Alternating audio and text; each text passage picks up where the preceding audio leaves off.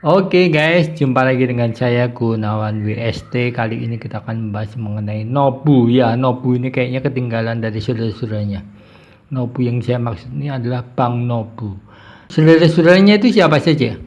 Saudara-saudaranya itu MPPA, MLPL, LPPF, MLPT. MPPA itu Matahari Putra Prima, itu adalah Hypermart. Hypermart ini baru saja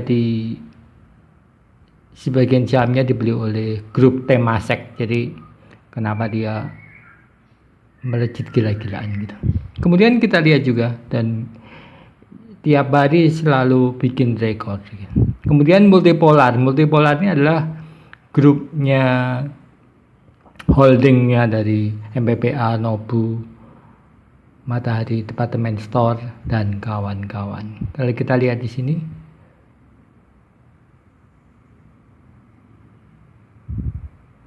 LPPF ini adalah Matahari Department Store dan LMPT adalah Matahari Multipolar Teknologi.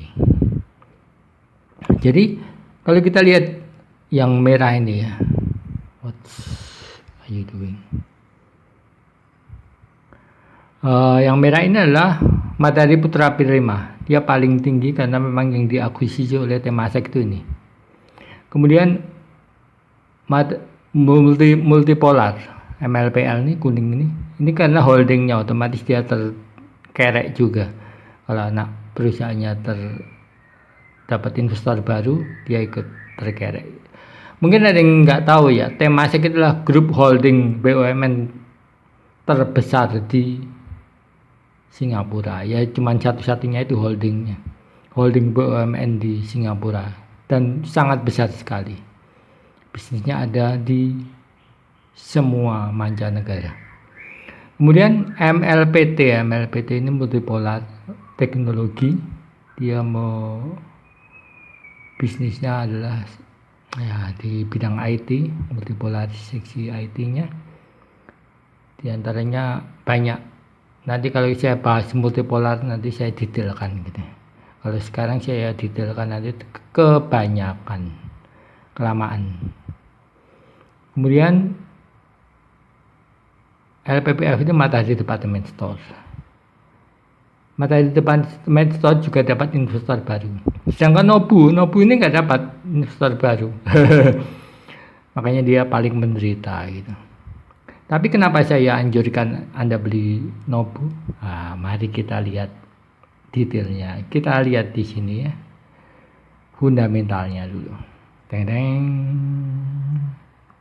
Ini adalah National Bank Nobu. Di 26 Maret dia sudah terkena ARA.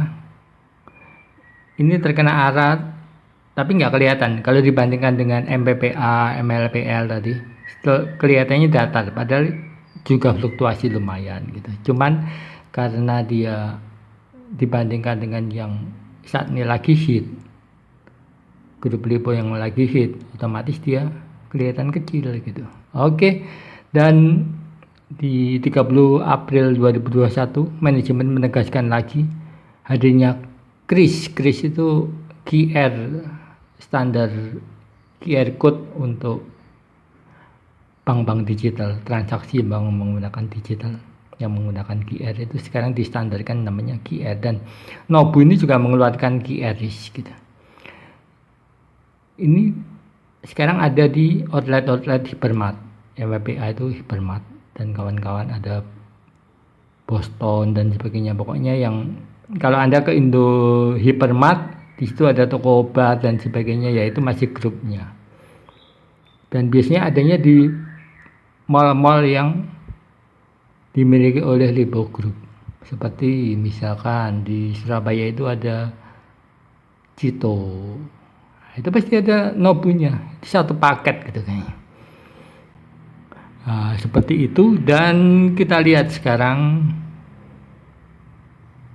laporan keuangannya, net income-nya, dia asset turnover-nya kecil emang, 0,0167. Kemudian price book value-nya dia masih cukup rendah, 2,8. Kalau dibanding dengan yang grup-grup MLPL, MBPA tadi itu jauh sekali, dia sudah puluhan, belasan puluhan. Total asetnya 0,34, kapitalisasi pasarnya ada di 4,2, jadi net ekuitasnya ini mesti di atas 1 triliun sudah, termasuk tinggi, 1,4 triliun ya, sekitar 1,4 triliun. Dan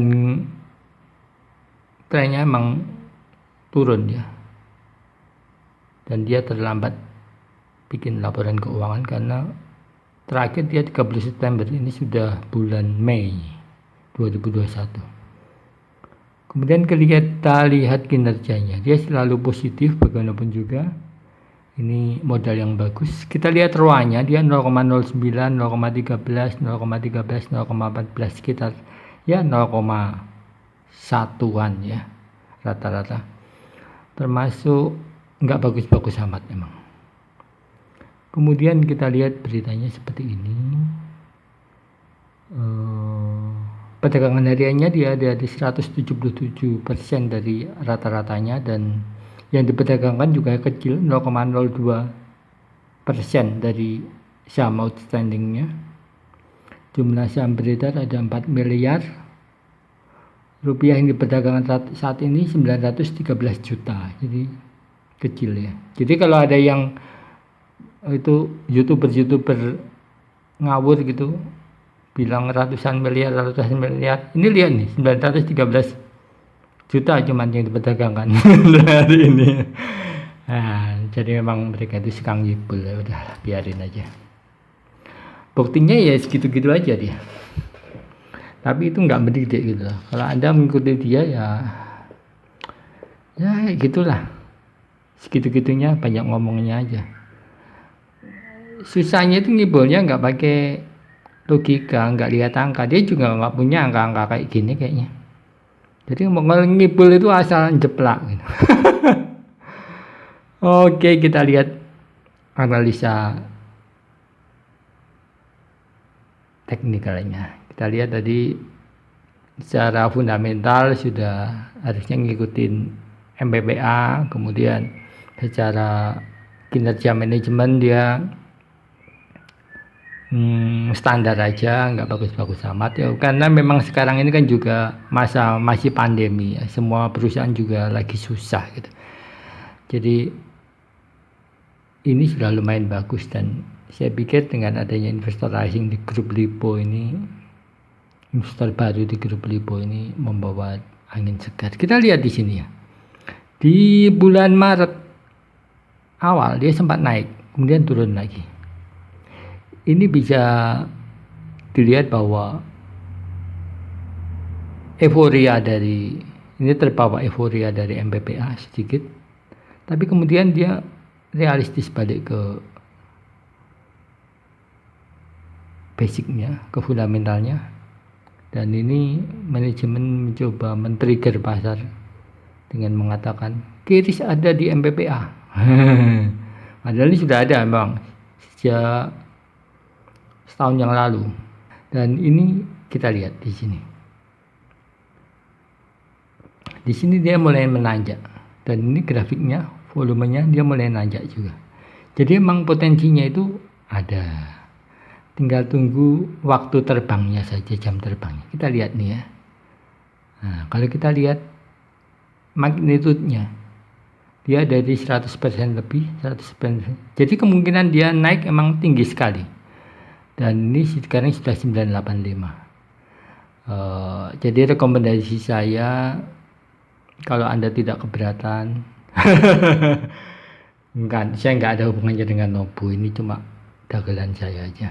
Jadi intinya gini, ini layak dibeli sebelum Anda ketinggalan zaman. Iya, kita lihat kalau ini saja efek dari gini ya, proses masuknya investor baru itu kan uangnya nggak kayak kita beli pecel lah gitu ya, tak langsung diterima, barang diterima, uang diterima kayak gitu. Jadi nunggu proses, itu sebabnya ini proses, dan ini adalah early signal istilahnya, dan ini adalah saya harapkan ini realistik signalnya, trendingnya. Oke, thank you. Terima kasih sudah mendengarkan saya. Semoga Anda sukses trading hari ini dan saham ini layak dibeli. Oke, thank you. Terima kasih.